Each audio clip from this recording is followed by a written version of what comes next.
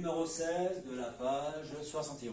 Donc, c'est un exercice où vous avez dans un sac opaque, alors le fait qu'il soit opaque, c'est important. Ça veut dire que vraiment, on ne voit pas à travers, et donc quand on va tirer une de ces boules, ce sera vraiment le hasard. Si c'était transparent, on pourrait croire que c'était pas 100% le hasard. Là, c'est opaque, donc il n'y a pas de souci. Et vous avez des jetons qui sont numérotés de 1 jusqu'à 8. Et on tire totalement au hasard un jeton. Je vais un petit peu descendre pour qu'on voit l'ensemble de l'énoncé. Et on vous demande, dans chacun des cas, d'indiquer les issues qui réalisent les événements. Et après, dans une deuxième partie, on vous demande de calculer les probabilités. Donc c'est vraiment en deux phases. Là, on ne vous demande pas les probabilités, on vous demande d'expliciter clairement qu'est-ce qui pourrait marcher. Je suis un peu trop descendu, je vais remonter tout à l'heure. Et là, après, on vous demande de calculer la probabilité. Finalement, on pourrait faire les deux quasiment en même temps, puisque ce sera à chaque fois sur 8, comme on a en tout 8 billes possibles. Alors, d'obtenir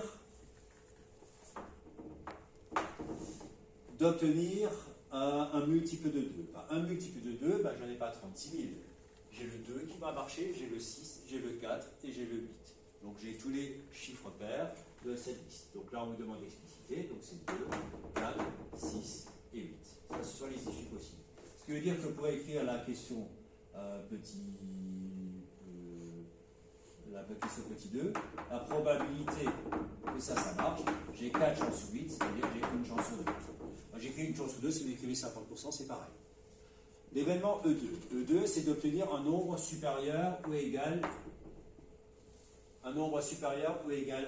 Un supérieur ou égal à 4, ça veut dire que c'est 4 qui va marcher. 5, 6, 7 et 8. J'ai 5 événements qui vont marcher. 4, 5, 6, 7 et 8.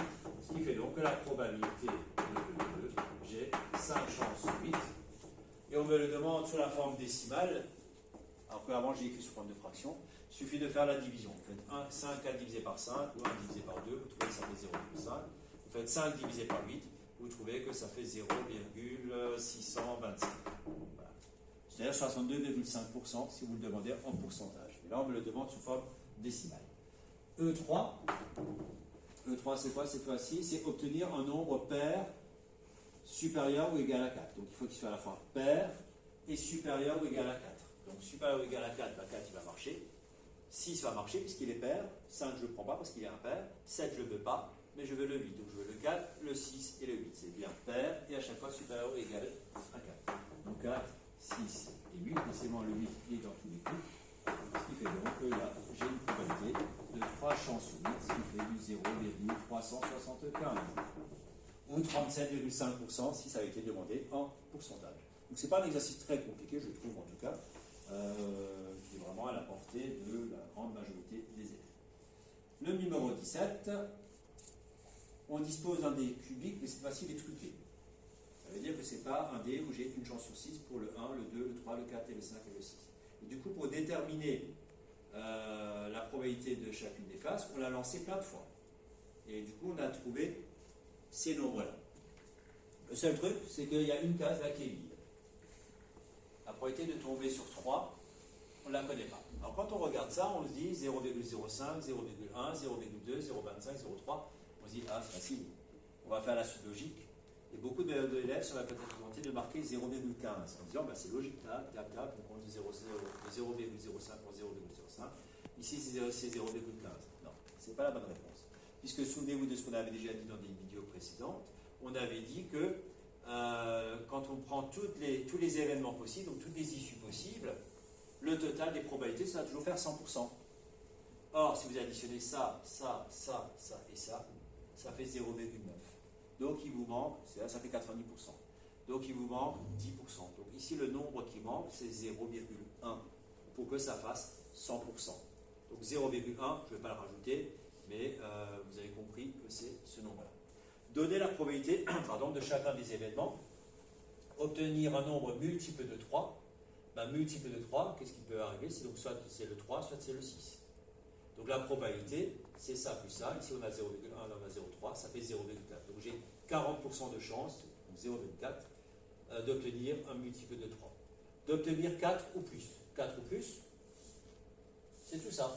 Donc on additionne 0,5, 0,75, j'ai 75% de chance d'obtenir au moins 4. D'obtenir un nombre entier, qui est soit plus petit ou égal que 2, c'est ça, ou alors plus grand ou égal à 5. Donc je fais ça, plus ça, plus ça, plus ça, ce qui fait 0,15, 0,40, 0,70. Donc j'ai 0,7, donc 70% de chance d'obtenir ceci. Pauline affirme, il y a autant de chances d'obtenir un nombre pair qu'un nombre impair. Est-ce que c'est vrai ou pas? Alors sur un détra classique, oui. Sur un CED-là, on va vérifier. Donc je vais prendre un nombre pair, c'est 2, 4 ou 6. Ça, plus ça, plus ça, ça fait 0,6. Donc j'ai 60% d'obtenir un nombre pair et donc 40% d'obtenir un nombre impair. Pauline n'a pas raison quand elle prétend ceci. J'ai plus de chances de tomber sur un nombre pair qu'un nombre impair. Dernier exercice, le numéro 19.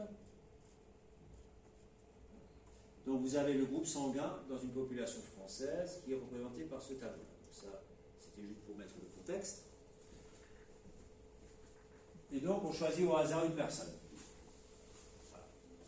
Quelle est la probabilité que cette personne soit du groupe B? Ben, le groupe B, soit elle est B positive, soit elle est B négative. Ça fait 9% de chance de tomber sur du B. Quelle est la probabilité qu'elle tombe sur un résus positif? Donc positif, c'est-à-dire soit elle est O+, A+, B+, ou AB+.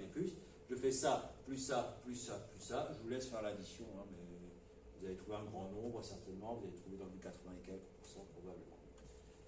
Pour additionner les 4 nombres qui sont là. Et enfin, la personne est du groupe A négatif. Ben, le groupe A négatif, ils sont que 7% à l'être.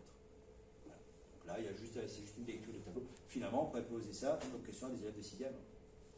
On ne parlerait pas de probabilité parce que ce n'est pas un programme de 6e, mais si on vous parle quel est le pourcentage, vous remplacez juste le mot probabilité par pourcentage, un élève de 6e pourrait répondre à ça. Parce qu'il n'y a rien de compliqué au final. Hein. C'est juste le contexte de probabilité qui fait qu'on a l'impression que c'est un peu compliqué. Voilà. Donc, fin de cette dernière vidéo.